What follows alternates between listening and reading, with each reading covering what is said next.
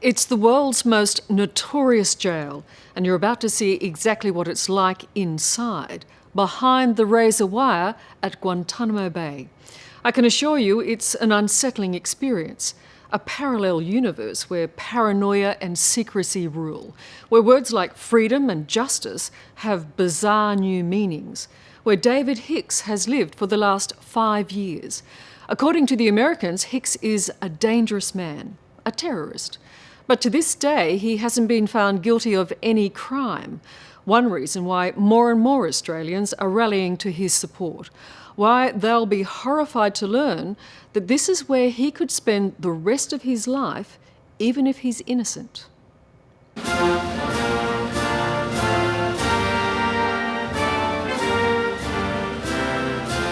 Guantanamo Bay, David Hicks' home for the last 5 years.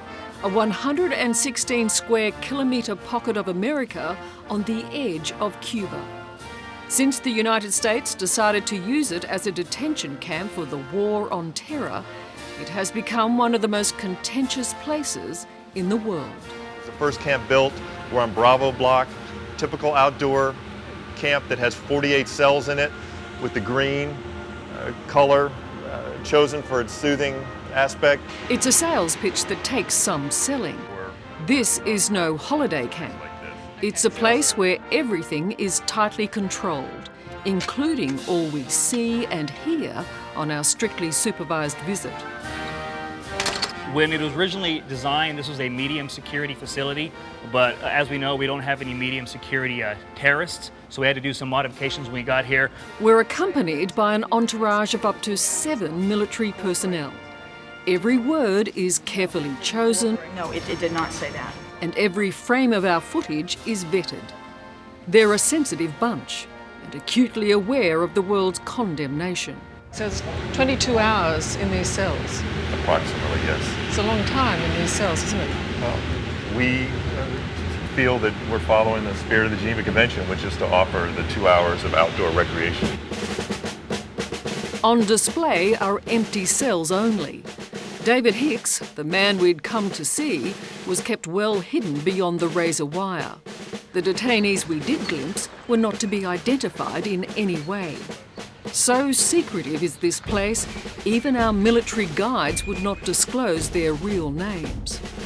We currently have approximately a dozen hunger strikers, and perhaps 3/4 of which are entirely fed right now. This is a tube that is actually used. It is threaded through the nostril down into the stomach. The detainees are medically restrained while the procedure is performed. So they will never be allowed to die of hunger. One of our missions here is to preserve life, and that's what we're tasked to do. Whatever it takes, basically. Yes, ma'am. I was very shocked when I first went there that this was something where the American flag flew. David Hicks' military lawyer, Major Michael Murray, believes the treatment of inmates at Guantanamo Bay is appalling. He's seen his client's mental state deteriorate dramatically. Has David Hicks been abused? I think sitting in solitary confinement for over 2 years is abuse. I think not allowing a person to go outside and have access to sunlight for over 8 months is abuse. That is mistreatment, clearly. When I was here 5 years ago, David Hicks' cell was little more than a wire cage. Today, his accommodation seems to have improved. He's now housed here in what's called Camp 6, a new $37 million complex. But just how Hicks is faring in his new home, well, no one will say. And for us to see him, we're told, would not be in the spirit of the Geneva Convention. Well, welcome to Camp 6. It's the newest camp. In fact, the same people who have kept him here for 5 years without trial told us that to film Hicks would be a violation of his human rights. We do get carefully staged managed glimpses of fellow inmates. All are confined to tiny cells for 22 hours a day. There's no direct sunlight or fresh air. Windows face in, not out. And their only way of communicating with each other is to shout. Admiral, has Guantanamo Bay become an international embarrassment? Ms. Hayes, I don't believe it has been. There's a lot of criticism about Guantanamo, but I believe that we're holding the right detainees, the right people. We're holding them in the right place, and I believe we're doing it for the right reason, and we're doing it in the right way. But you're a little bit on your own because so many of the American allies, for example, want this place shut down. That may very well be, but that's their right. Rear Admiral Harry Harris is David Hicks' jailer. A polished media performer, he has the tough task of defending Guantanamo Bay. Is it a place you're proud of? I am. It is a place that I am proud of. Do you believe that holding David Hicks here for more than 5 years without charge is humane or a breach of his human rights? I do not.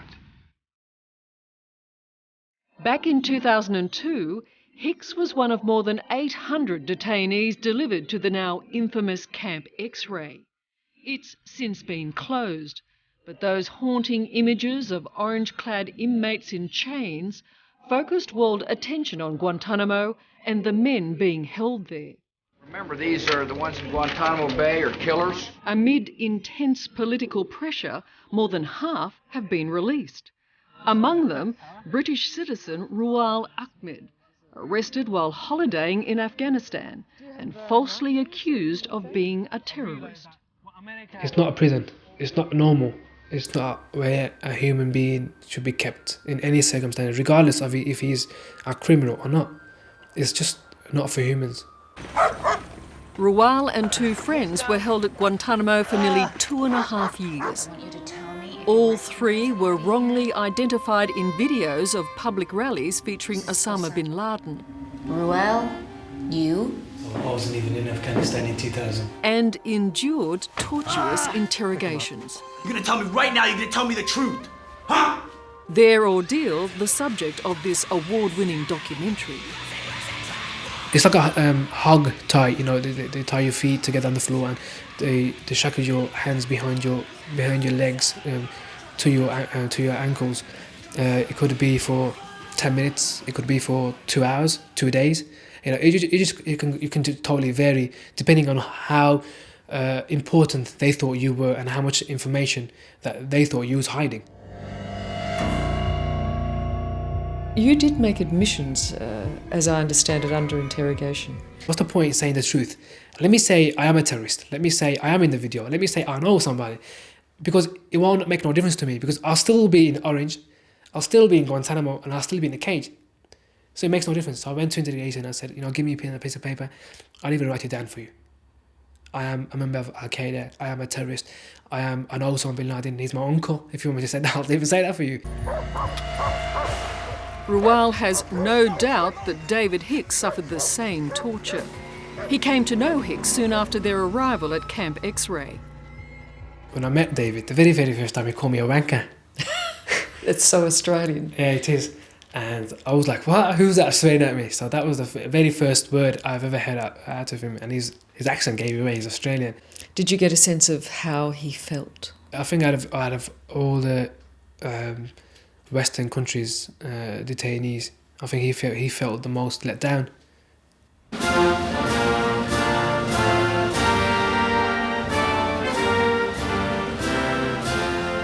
Internationally, Guantanamo Bay has left a nasty stain on America's reputation, something the US administration doesn't much like. But it controls everything that happens there. It makes the rules and changes them when it suits. It is judge and jury. No wonder so many view what happens at Guantanamo Bay as an embarrassment. This is a political process. They gathered up a group of people and they're stuck with it, and part of their exit strategy is, okay, how do we save face and get out of Guantanamo? It's about saving face, is it? Absolutely. Major Maury may be an American Marine, but he's an outspoken critic of the military justice system that's seen Hicks caught in legal limbo for 5 years.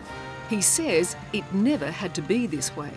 It's politics. Politics controls Guantanamo, not any justice. John Howard tomorrow could pick up the phone and say, I want David Hicks back on Australian soil, and he could get that. I absolutely believe he could. You're saying David Hicks' fate is not in the Americans' hands, it's in John Howard's? He's responsible for why he's here. He's responsible for why he is in an unfair trial system.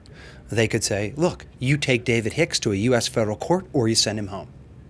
I've asked for 3 years. Give us a court-martial, give us a U.S. federal court, and we'll defend David. But they won't. Why? Because they want to guarantee a conviction.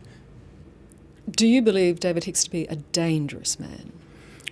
Well, again, I think the evidence will show that he is. The man charged with getting Hicks convicted is Colonel Morris Davis. He believes Hicks is guilty of the charge of supporting terrorism and alleges Hicks turned up in Afghanistan after 9/11 offering to fight for al-Qaeda. The Americans claim that it was while guarding a tank Hicks was captured. You know, this wasn't just some teenager went off looking for adventure. He was a 26-year-old father who made the decision after going to Kosovo, after going to Kashmir, after going to al-Qaeda training, not once but twice, 3, 4 times, that made the decision to turn around and report back to Afghanistan to al-Qaeda and to offer up his services. That would imply he was signing on as a soldier. Right. So he is a soldier in a war. I would not characterize him as a soldier. To be a true soldier requires carrying arms openly, a distinctive uniform, a clear chain of command, and adherence to the law of armed conflict. Al-Qaeda and the Taliban did not meet any of those requirements. So no one is a soldier in the Taliban, even though they were the government of the day in Afghanistan.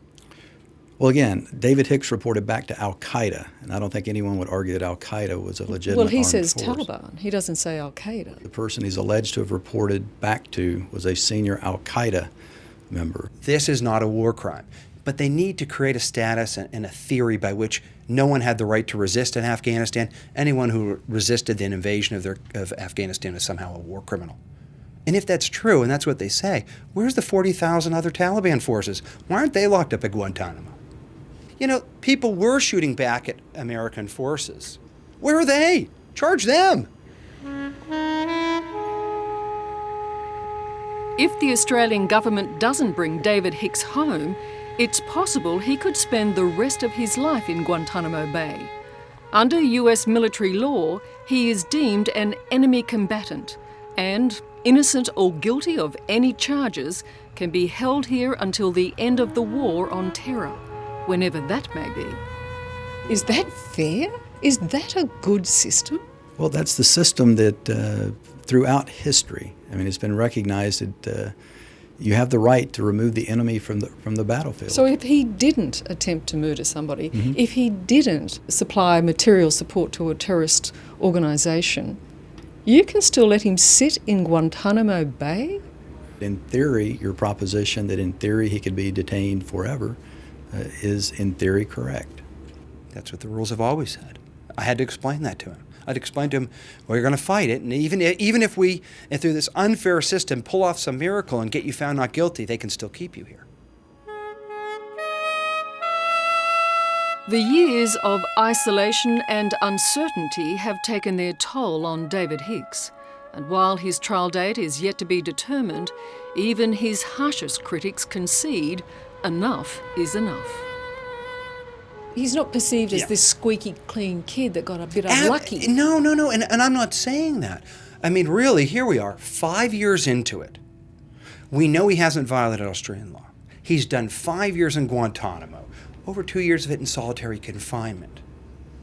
Is it enough time? Should he be brought home? You know, he wants to go home, he wants to see his family, get a job, finish his education. He's not a threat to anyone.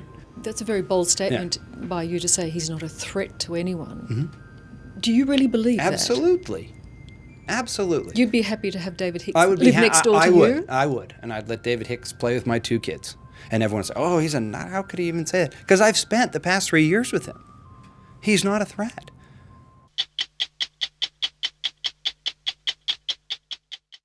Hello, I'm Sarah Abo. Thanks for watching 60 Minutes Australia. Subscribe to our channel now for brand new stories and exclusive clips every week. And don't miss out on our Extra Minutes segments and full episodes of 60 Minutes on 9now.com.au and the 9Now app.